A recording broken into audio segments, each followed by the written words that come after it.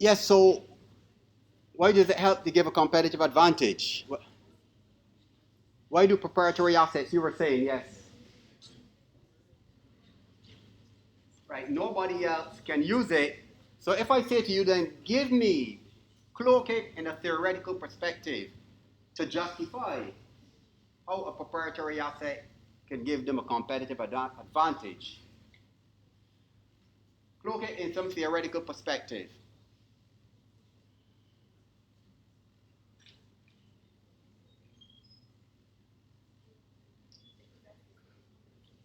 Sorry? The distinctive competencies are connected, but we're talking specifically about the proprietary assets. Sorry? So what theoretical perspective helps us to justify the argument?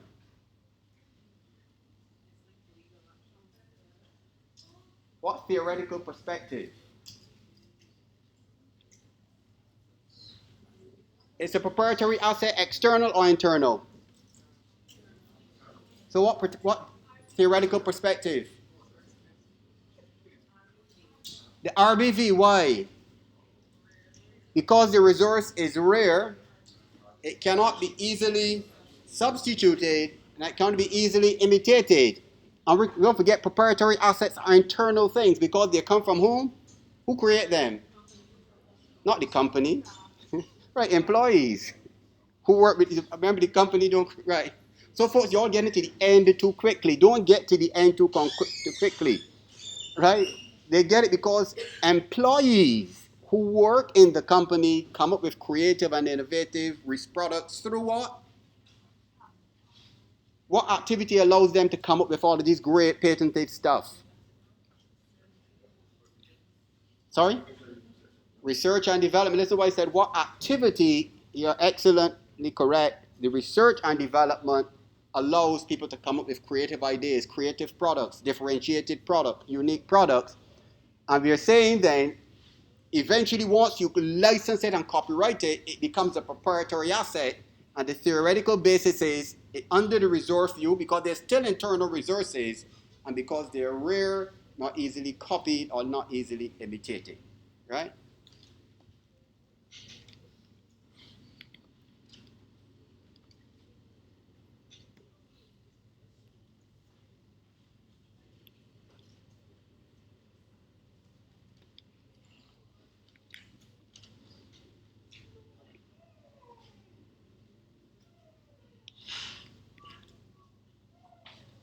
And this slide now talks about pursuing competitive advantage by competing multinationally and three ways to gain a competitive advantage. And it talks about one, locating activities among nations to lower costs or to achieve greater product differentiation. So straight away, you know the concepts mentioned here.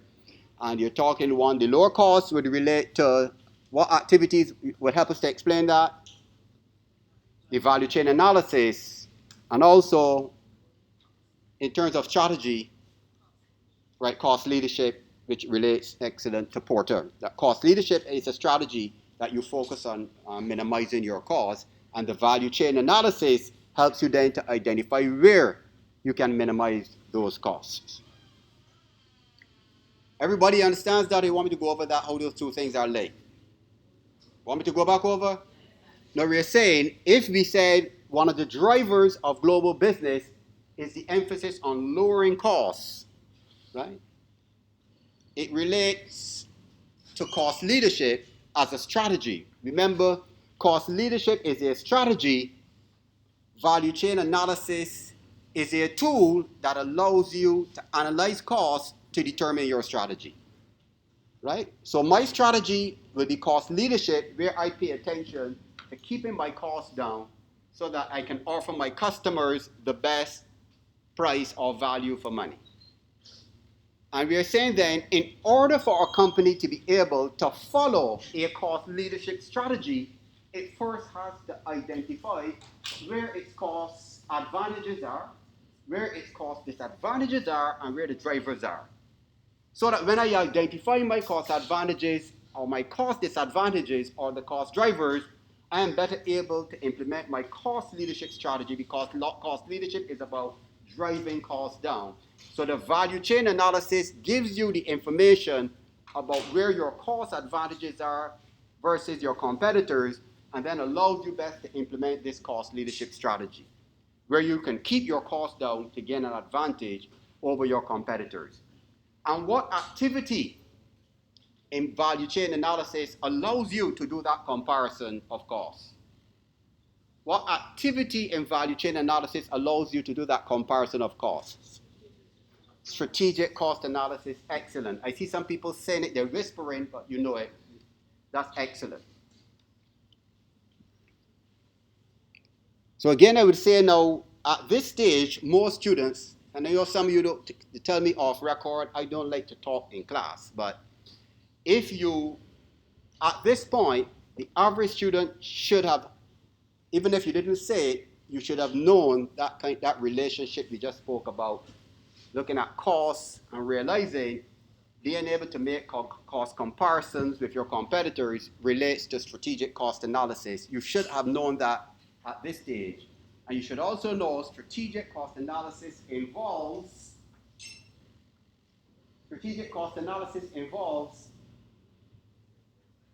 anybody? Strategic cost analysis involves looking at your costs activity by activity in relation to the costs of your competitors activity by activity.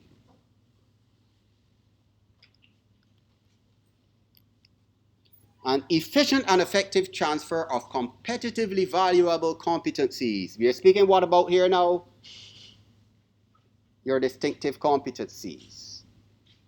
And you're saying efficient transfer. So what is the efficient transfer about? From domestic to foreign. How can that occur? Somebody said it earlier, actually. Somebody said it earlier.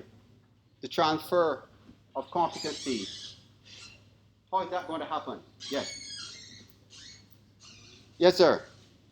Yes. No, it said the efficient and effective transfer of competitively valuable competencies and capabilities from one market to the other. How is that going to happen? Somebody spoke about it earlier. How is that going to happen?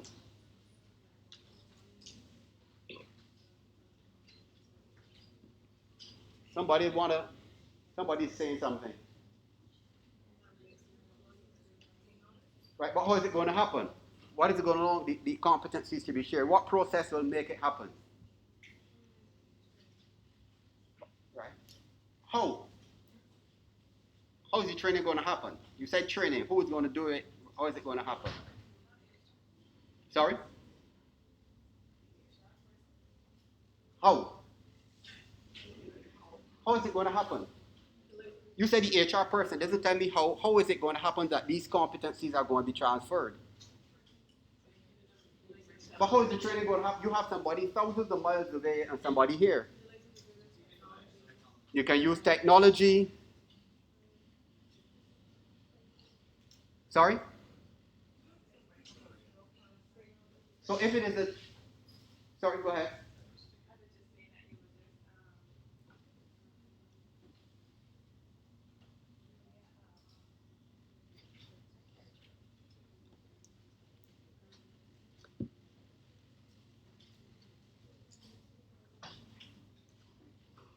So is it going to happen after you take over, before you take over, during the takeover?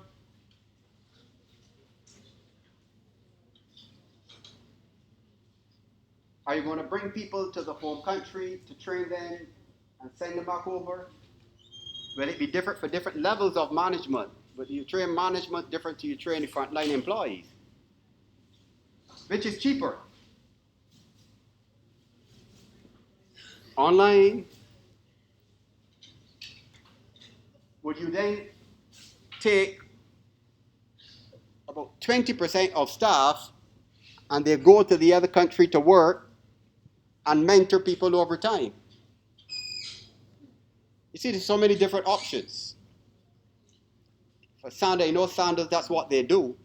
Sanders will bring a particular percentage of managers and staff who are accustomed to the Sanders way. So it's more informal training than formal. So they actually come to work on the property, and there's a lot of on-the-job training and on-the-job coaching to get people to be familiar with the standards that are necessary.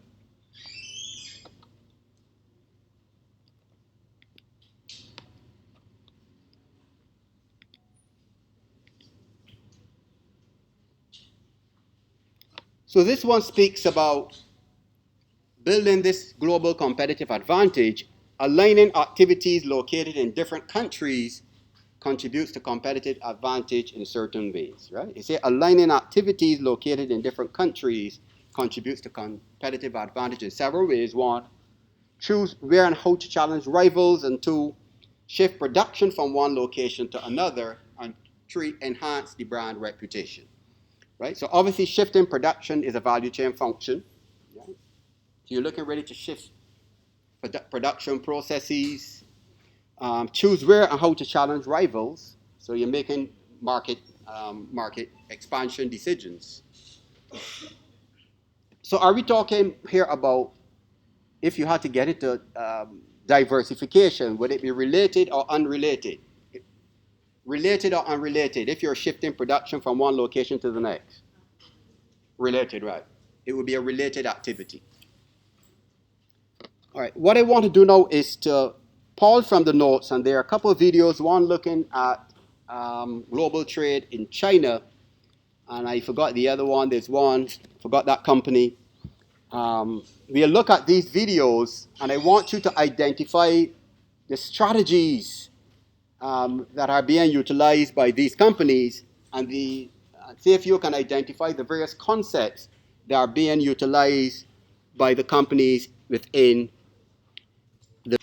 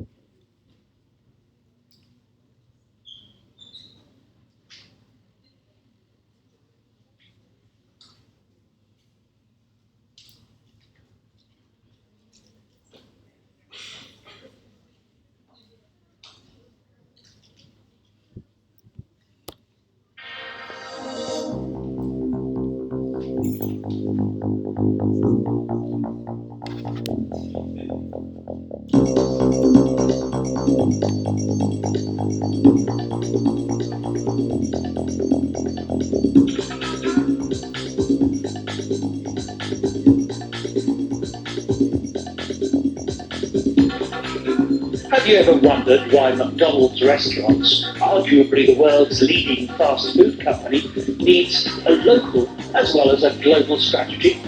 After all, the US-based company is a massive global operation. It has standardized products like the Big Mac, Coke drinks, chicken McNuggets, French fries and cheeseburgers. It's able to deliver major economies of scale and scope from its international operations.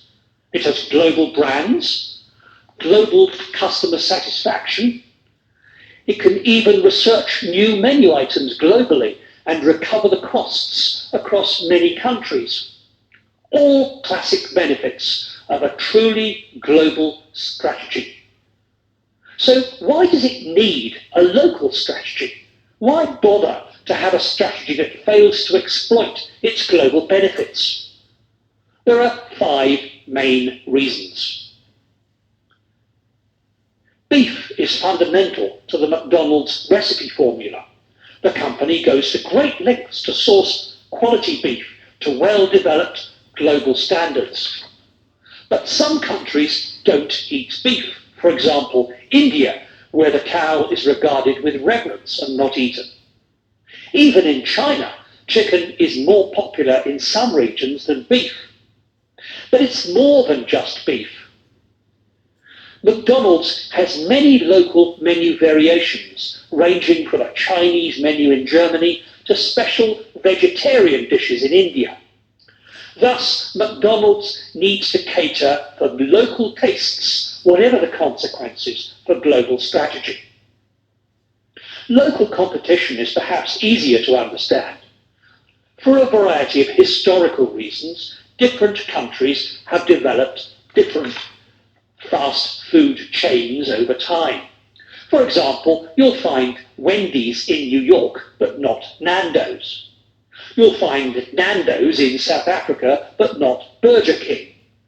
Like any major multinational, McDonald's needs to be able to position itself against its local competitors. Local laws are also relatively easy to recognise.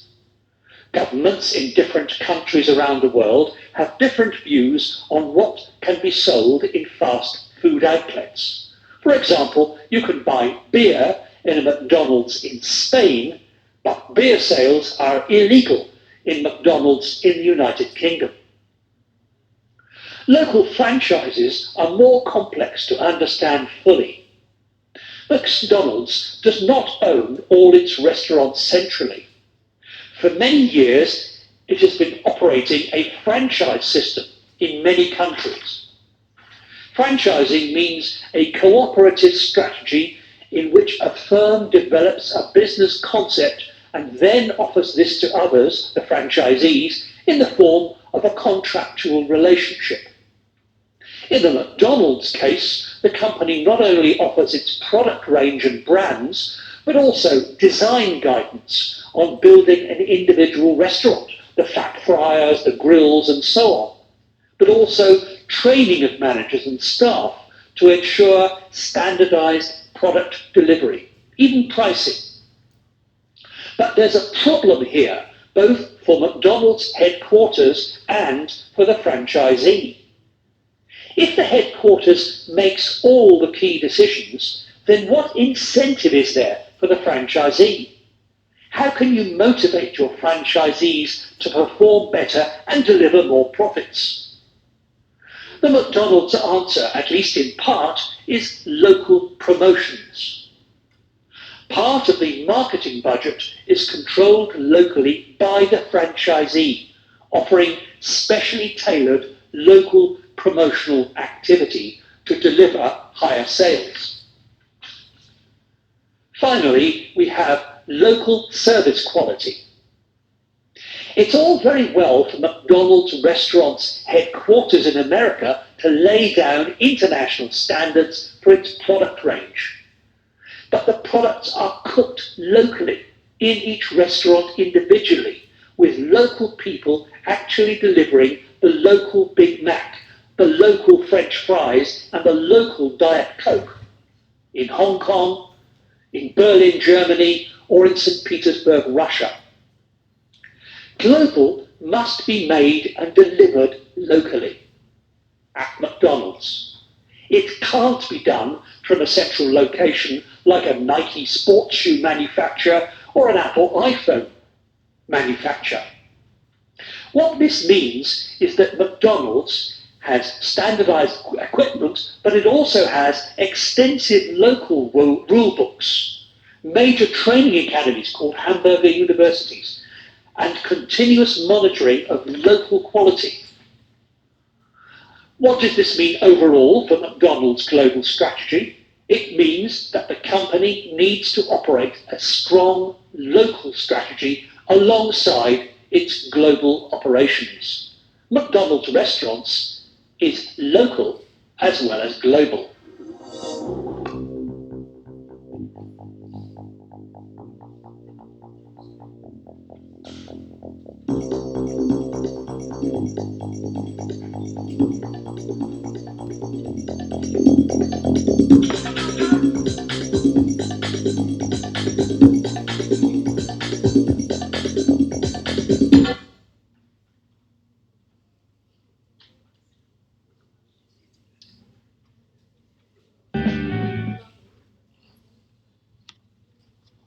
Okay, what were some of the key points coming out of the McDonald's video relevant to strategy?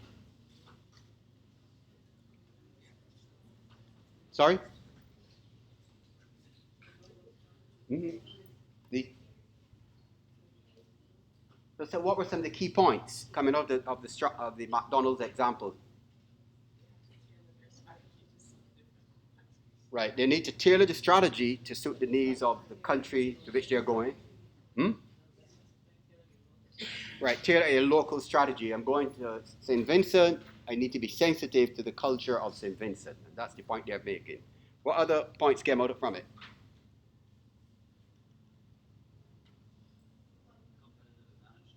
What about it? Yeah.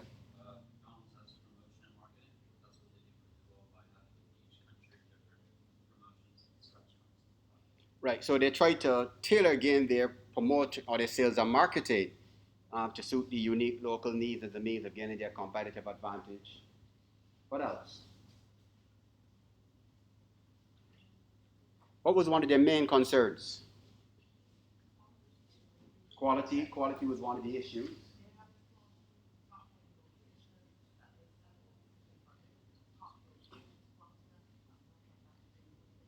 Right. So they have quality concerns again because it's still operating locally. Because if you have a franchise, you mentioned a franchise system where again they don't own all of the McDonald's operations; they franchise out all over the world.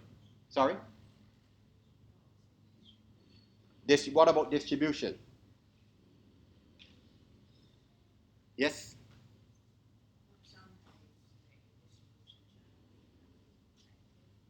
Speak a little louder.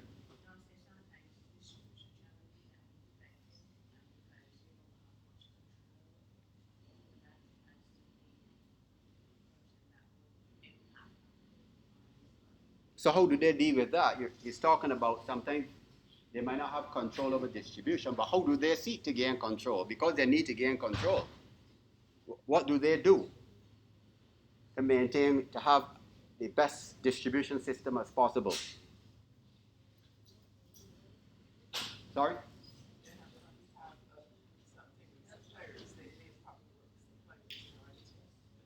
We're talking about distribution. Suppliers is at the point of buying thing to make your product. So you're talking about the distribute. Sorry? Somebody was saying something?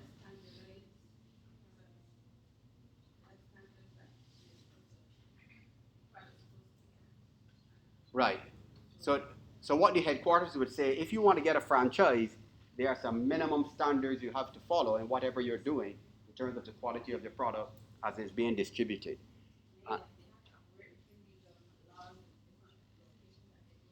right. And the franchise agreement actually would stipulate the things that you can do and the things that you cannot do.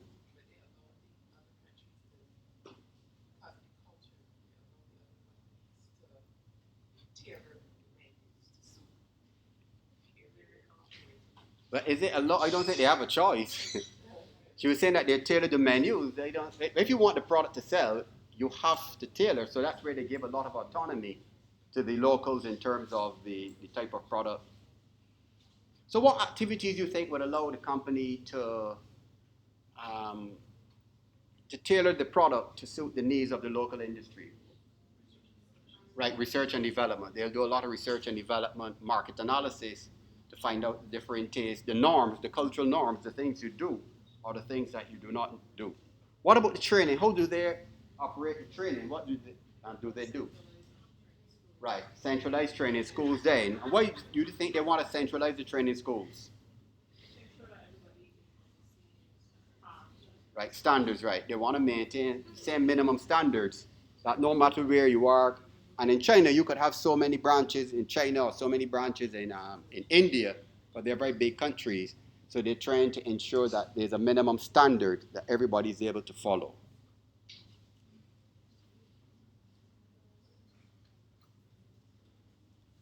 So what is the most important thing you think that they are pushing when they are selling the franchise?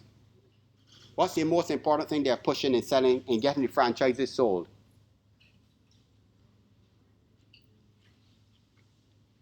What is the main thing they're pushing in order to get their franchises sold that people would take up the franchise?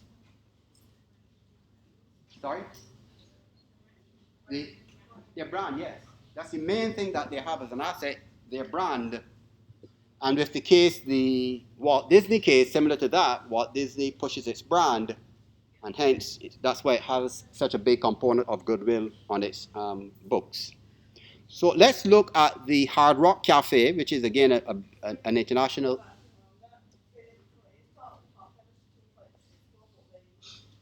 It talks about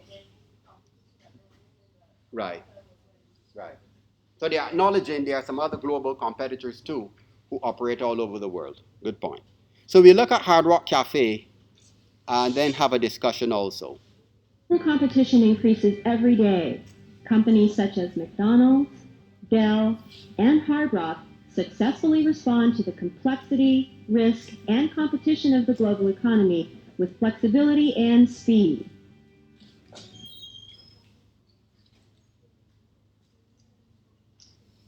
Other themed restaurants have come and gone, yet Hard Rock remains #1 in the world, and its name brand recognition of 92% puts it in the top 10 worldwide. This strong brand name recognition has allowed Hard Rock to find markets throughout the world. From one London cafe in 1971, Hard Rock has grown to 106 locations in 38 countries. Most of that growth has occurred in the last few years. Hard Rock has done this by moving from a theme restaurant concept to one participating in what's now called the new experience economy.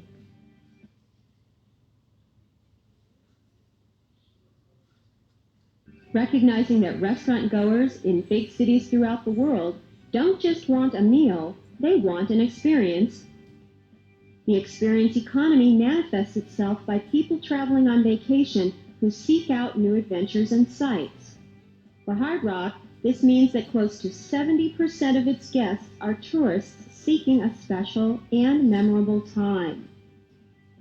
Hard Rock looks hard at all new locations and selectively franchises sites for new hotels and cafes. About half the foreign locations are company-owned. When we're looking around the globe at new markets, we're looking at countries and we're looking at cities and we're looking at regions. In the US, we've had a fairly complete development program. So we're casting our net somewhat further afield. We're looking heavily in Europe and in Latin America and in some parts of Asia. Now, in all of these markets, you're dealing with a host of different considerations. So we really have to, going in, look at everything. We've got to look at political risk. We've got to look at currency risk. We've got to look at social norms and considerations of how our brand is going to fit within the context of that country, that region. We have to look at social costs. We have to look at ways of doing business. All of these things have to be studied, analyzed. The information has to be reviewed very closely, and then hopefully we come up with an intelligent decision at the end of the day.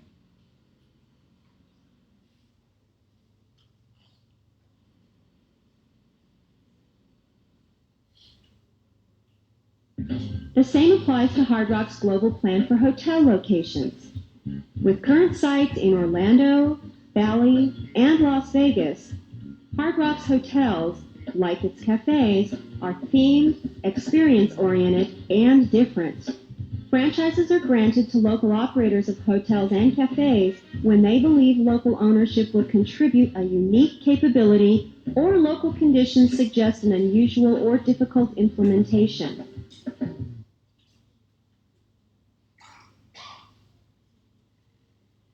Hard Rock's international operations strategy is a multi-domestic strategy, as shown in the lower right corner, using its domestic model globally and franchising operations where it makes sense to do so.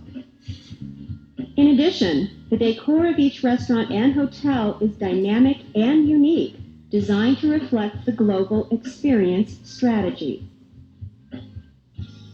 Hard Rock spends millions each year to purchase rock and roll memorabilia. Collections are circulated between the worldwide locations so that there's an ever-changing environment to be experienced the next time a guest visits. Hard Rock's collection to date is worth over $40 million. Some of the memorabilia is hands-on, with stories told about each item to increase its value to the guest. The memorabilia stories reflect the influences certain artists had on others, creating a connection between generations and the music itself. Food, hotels, music, and memorabilia aren't the only attractions. The merchandise shop in each cafe and hotel is very much a part of the Hard Rock experience. Each venue can only sell merchandise with its location-specific logo, so that leather jacket from Rome really came from the Rome location. This adds to the mystique of the Hard Rock experience. With close to 48% of total cafe sales coming from merchandise, guests have the chance to take home a t-shirt or a jacket specifically branded to the Hard Rock Cafe just visited. Per-person merchandise sales actually are double the average individual restaurant and bar ticket. The cafe layout and design elements are probably one of the most important things we spend time on. We try to immerse the guest into, if you will, a rock and roll experience, whether it be next to great memorabilia, whether that be Styx or Kiss or a progressive band going forward. That's one element, but also that can't stand on its own because it has to be more than a museum. It has to be alive, it has to be energetic. And for that to work, it has to be a great bar element. It also has to be a great audio-visual element, along with great people, because people are a part of the entertainment experience. Our crew, our cast, our team is probably the most important elements in that. So we try to design all those things together to work in one. So it does give a lot of sensory stimulation, but also focuses on a real clean and crisp experience. And that's what we concentrate on.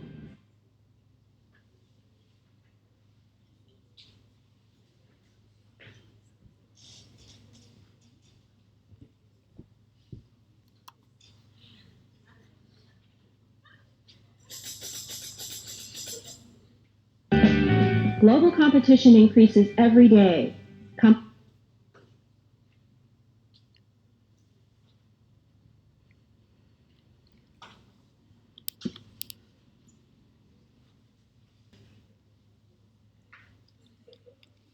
Okay, what were some of the key points from from Hard Rock Cafe?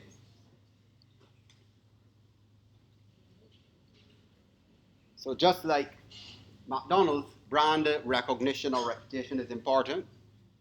They operate in 38 countries, which means it is global or international. International. What other points do you pick up from a strategy perspective? My friend here. Yes, please.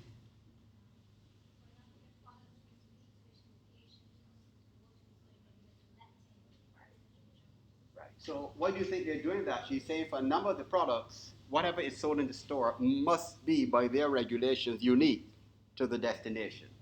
So if you went to Greece, the memorabilia would relate to Greece. Why do you think they're doing that? To help with the experience, that's a good point. What else do you think they're trying to do? They're trying to differentiate themselves? Yeah, well, could be.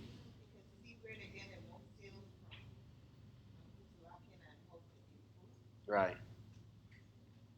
Or they're avoiding competition among different countries. Because if you understand, maybe they're trying to assure the franchisee that when we give you the franchise, other countries can't compete because it means people will just buy things that are memorabilia from Greece and they can sell it in Canada, sell it in Barbados. I think they're trying to avoid inter-country competition. So tell us about its business model. It has a very interesting business model. What's his business? What is core to the Hard Rock business model? The experience.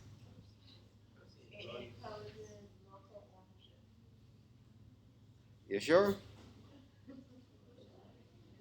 The business model is about what? How you make your money, manage cost to profits.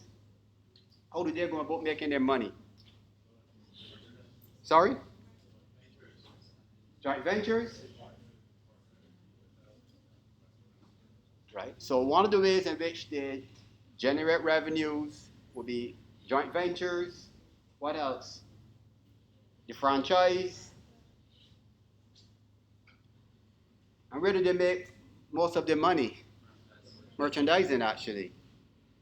Right? And remember, it's Hard Rock Cafe. So Hard Rock Cafe makes most, it said 48% of sales is from merchandise. So what kind of company is it then? It's a Hard Rock Cafe selling food, but most of the money comes from merchandising. So how is the company structured then? What has it done to allow this to happen? It has diversified.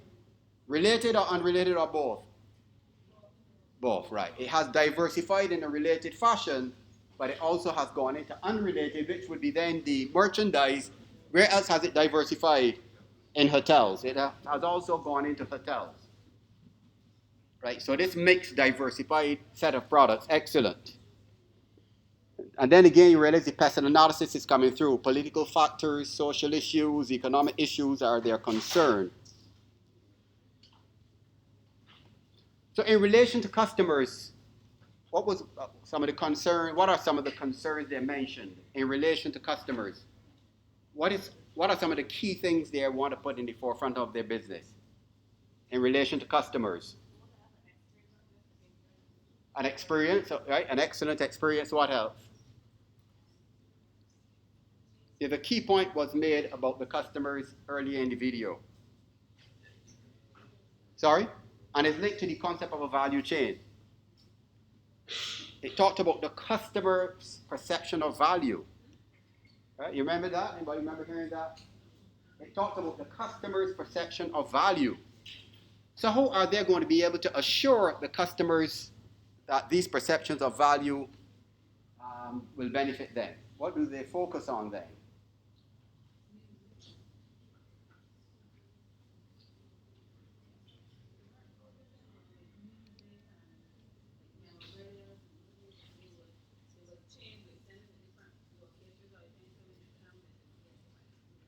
Right. So what is important about this experience? Who are they targeting? Tourists. But what type of tourists?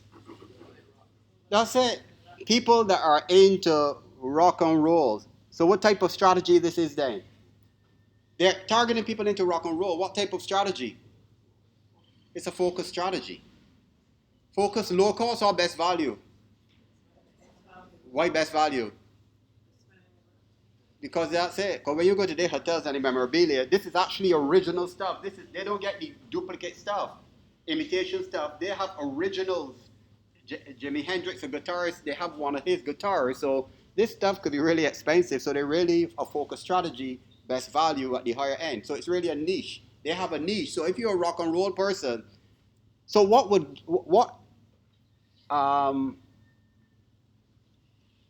a particular customer issue can assure you that they're really targeting a niche of rock and roll people. And somebody said it before. What particular customer-related issue can give us the confidence that it is really a niche strategy or focus strategy? Sorry?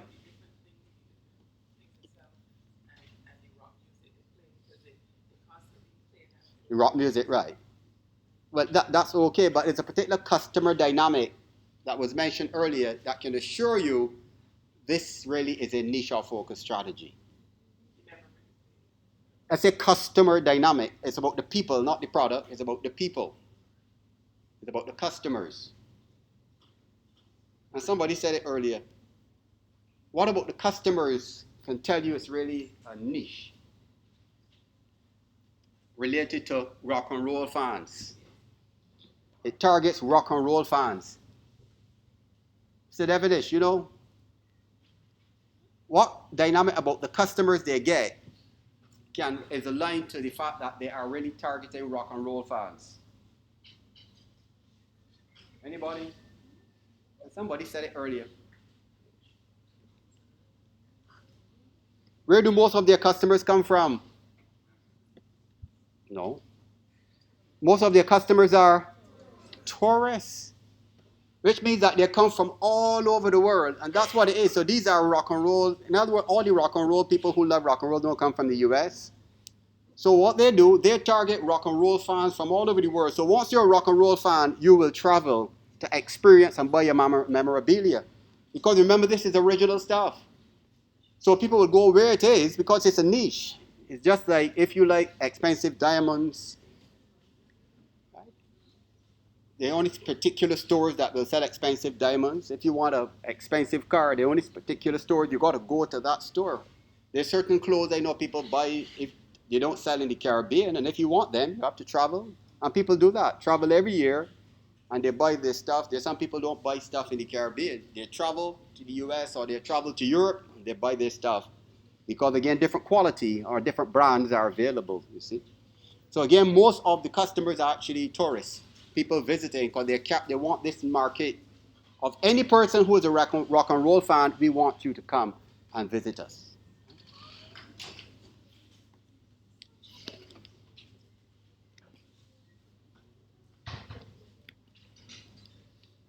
So here are the benefits of a strategic alliance. Gain economies of scale, technical expertise, and the technical expertise will help them to gain a competitive advantage in what way? What about the technical expertise can be helpful? What about technical expertise could be helpful to a company, a global company? That help them to be competitive. Sorry? It can reduce costs because if I can get it locally, right, it reduces costs. But also if it is distinctive, if the expertise is distinctive, it means I can be assured I can gain my advantage.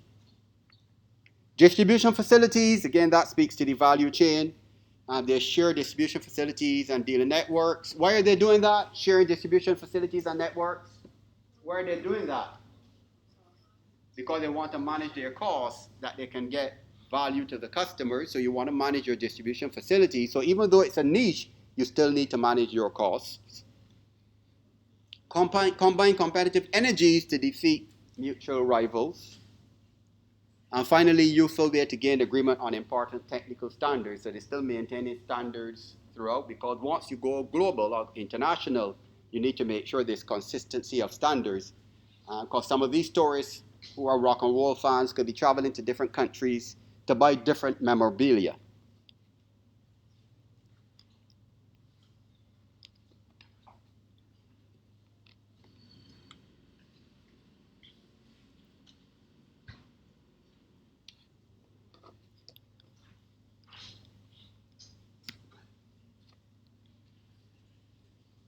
So the final slide says here, competing against global challenges, and it has the industry pressure to globalize, which is on the y-axis, right? Industry, if you can't see it carefully, this is the industry pressure to globalize versus resources and competitive capabilities.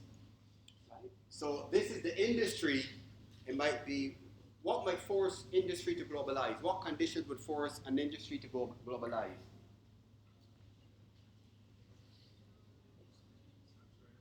Yes, saturated market, excellent.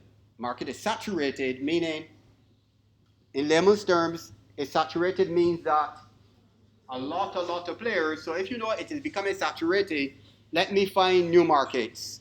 You get into market development. And then this one now is resource and competitive capabilities, meaning when I go, can I find the resources I need at the best price? And can I find competitive capabilities, which could be are the countries that I'm targeting, do they have highly competent workforce that are well trained and well educated? Do they have some unique capabilities that we could actually target? So it says here then, the tailored for the home market, transferable to other countries, and in the first quadrant, it says defend by using the whole theme advantages. So that's where there is a low push to globalize. So you look at the things that are local that can help you to maintain your competitive edge, things that are targeting the local market based on your marketing strategies. And if there's a high need to globalize, which is in the far left top, it is saying dodge rivals by shifting to a new business model or market niche. And the new business model then could be that I find different ways to generate my revenue. So I would suspect with Hard Rock, They might have started with a restaurant chain that attracted rock and roll people to come and see the pictures and hear the music, but then they realized, but maybe if we sold memorabilia, we could actually get people buying stuff and not only eating. So they were able then to generate most of the revenue from merchandise, and they would have diversified, unrelated diversification. And then for the right bottom, transfer company expertise to cross-border markets. That's the point I mentioned earlier. So sometimes what global companies would do, you actually get people who already have distinctive competencies and are highly competent, and you just send them to work for a while in the country to which you've gone, the foreign country you're operating in, and you hope over time that there can be a transfer of knowledge, a transfer of competencies, that they're able then to have locals. So over time, part of the agreement could be you start to withdraw your parent company experts and you allow the expertise to grow locally, where local people can develop the capabilities to manage these companies. Right? So again, this could relate to the secondary value chain, where you're talking about your human resources and developing your human resources. Okay, that's it. As I said, the key thing was for us to be able to use the different concepts, the different strategies and tools to understand and interpret what is happening in this global environment.